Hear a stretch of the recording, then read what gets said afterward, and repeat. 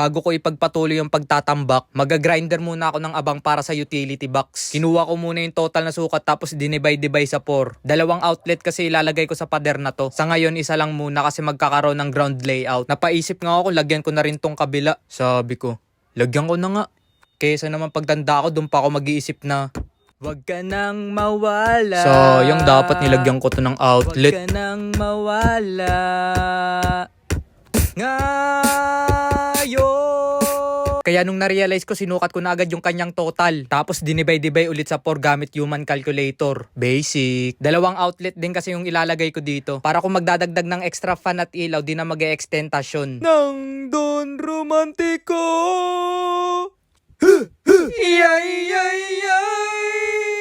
Chong, inis para Michael Phelps. Kaya ang tagal matapos, sobrang landi na eh. Sunod na ginawa ko, hinatching pattern ko siya para madaling tiktikan. Pero mas madali kung i-cross hatching cut technique. Baliktad lang talaga ako mawak ng grinder kasi mas malakas yung kaliwa ko. Parang mas magiging delikado pa siya sa akin kung ikakanan ko pa siya. Habang nagtitiktik nga ako, biglang huminto na yung ambon. Sabi ko magakot na muna ako. Baka biglang lumakas matenga yung project. Pakyawan pa naman to. Pagdating ko sa paghakutan, ang kupal ng weather. Lumabas lang ako, biglang uminit. Ganun talaga. Di niya rin mapigilan ang init kong dala. Grabe nga yung putik, yung lagkit niya na palahin. Kaya di lahat ng pinagpapala masaya, yung iba nababad trip. Di na ako namimili dito, may basura man o wala. Palag-palag na kahit may regla. Wala na kasi ako ibang panambak na mapagkukunan. Pero di pa rin talaga nawawala yung prioritize kung pinagtibagan o kaya mga otab. Mas maganda kasing panambak yun kaysa sa lupa. Kaya pag nakakita ko ng mga yon, pinapala ko talaga eh. Hinakot at tinambak ko ng iba para may magamit pa ulit na sako. Pinagpapala ko na rin yung mga bulok na kahoy pati ugat. Kasi naisip ko in the future pwede siya maging coal. Mawala man ako sa mundo, secured na yung future ng mga magiging apo ko. Pag hinukay nila yung kwarto ko after million years, meron na silang coal deposit pare. Kaya ito yung lolo nila taga-tik-tik lang muna. Humble lang, di nila alam may coal deposit ka. Grabe magtik-tik ko parang asset. Pahiwatig na ata to na natitiktikan na ako. Yung taas na nilagay ko dito mula flooring ay 30 cm. Kasama na dun yung taas ng tiles. Ang standard kasi 30 cm to 40. Sunod, kinuha ko na yung flexible hose. PVC sana yung ilalagay ko dito. Kasi ayun naman talaga dapat. Lalo na pag binabaon sa lupa o kaya sa mga buhos. Kaso nung kukunin ko na biglang nawala, need ko na tumatabunan. Kasi kung ipagpapabukas ko pa, sayang naman yung araw. Kaya ang gagawin ko na lang, iingatan ko siya. Baka kasi mapunit pag binayo ko yung lupa. Lupay-pay ka talaga girl. Pagtapos kong ilatag, tinabunan ko na siya. Mga lupa muna yung tinambak ko para malambot lang. Para pag pinrest ko yung lupa, di siya mapipipi. Kasi pag napipi siya, di ko na mapapadaan yung wire. May second option naman, kaso pangit kasi pag uulit pa ng gawa. Pinagpapapasok ko na rin yung mga buhangin ni Gaara para bukas pag naghalo. Sunod, pinagkakakalat ko na para magpantay-pantay. Tapos pinagbababa yun ng clay tablet ni Nebuchadnezzar. At tamang pahinga lang habang iniisip yung gagawin bukas. May